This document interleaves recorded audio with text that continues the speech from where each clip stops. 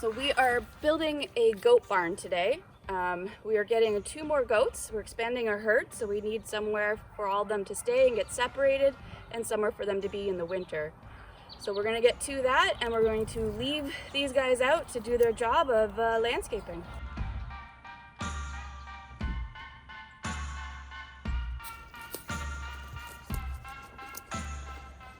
We're going to be building this goat barn with as much reclaimed material as possible. Most of this we got from our friend Chris, so thank you, Chris. We will be using reclaimed fence boards, reclaimed shipping crates. These were old pallets, skids, and reclaimed 4x4 treated lumber, some old logs from the property, some more of that 4x4 still in skid form, some fence boards. These ones are painted white and red from a bunch of different projects. We did have to buy some materials. We have pressure treated 10-foot long 4x4s and 8 patio stones for underneath these posts.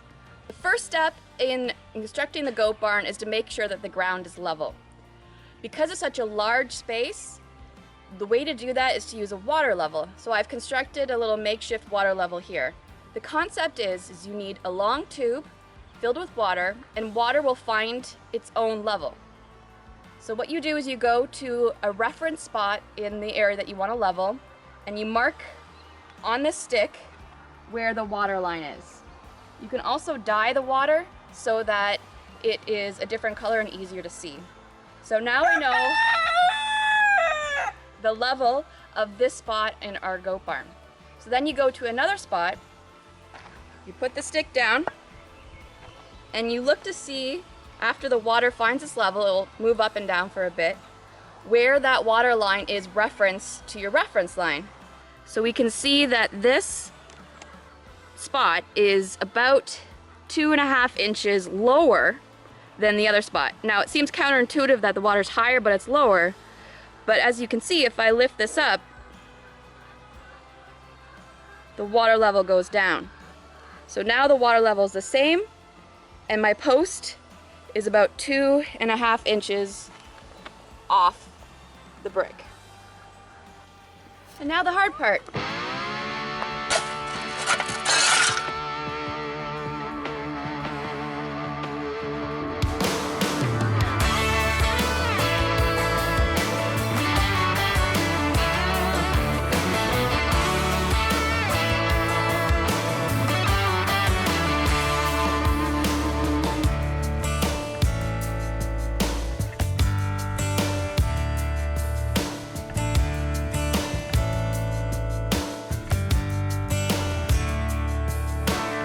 After several hours of digging and a couple mishaps with the water leveler, I think I have all the patio stones at the same height. Now I just need to make sure. Wow, apparently Dave is done watering finally. Perfect timing after all the hard work is done. And he can help me make sure all these patio stones are the same height and they themselves are level. So this is the line we're going by.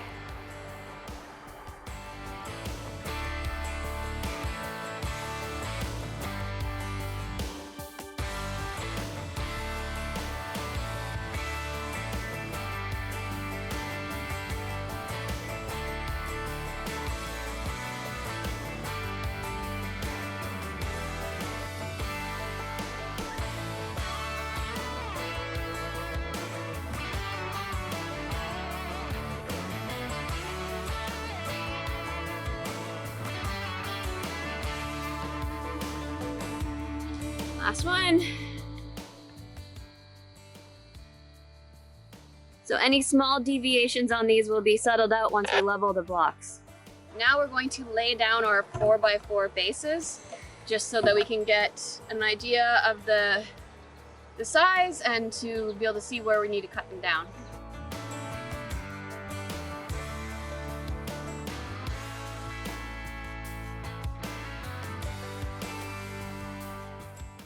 So here's the general layout of the goat barn. We have 2 different stalls, which have a walkway in the middle This stall is 8 feet by 10 feet.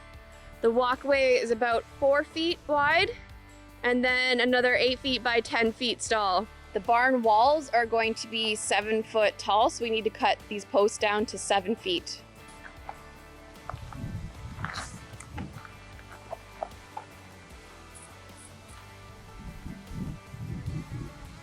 And that means chainsaw.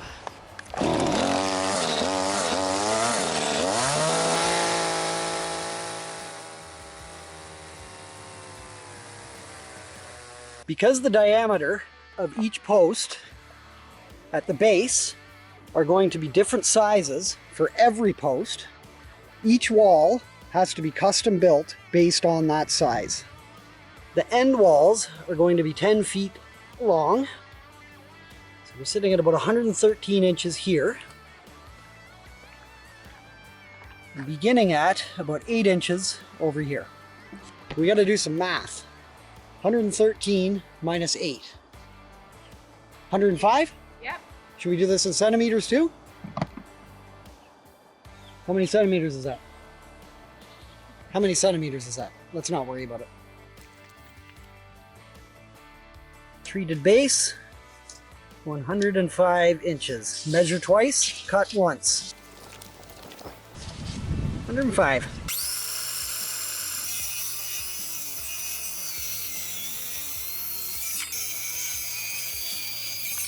Now we have to chop this skid down, which is going to make up the framing of the bottom half of the first wall.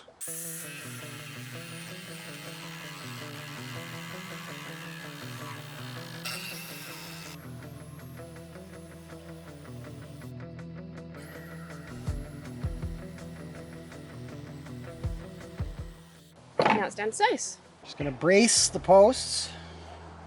A couple pieces 1x4. One there.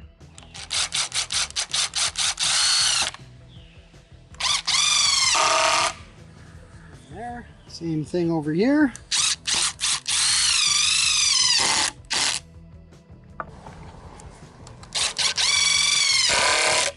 Just going to tack this into place with a screw just to hold it there.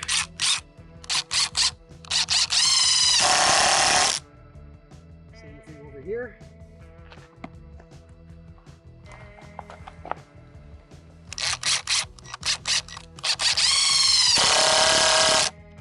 We have roughed in the bottom half of the first wall, so now we need to smash some nails in there to keep it in place.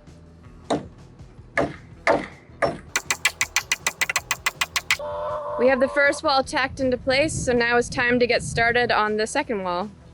Dave's just bracing it right now.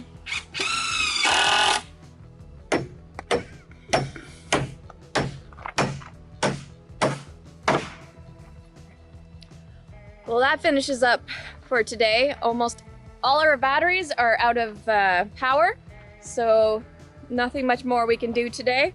We got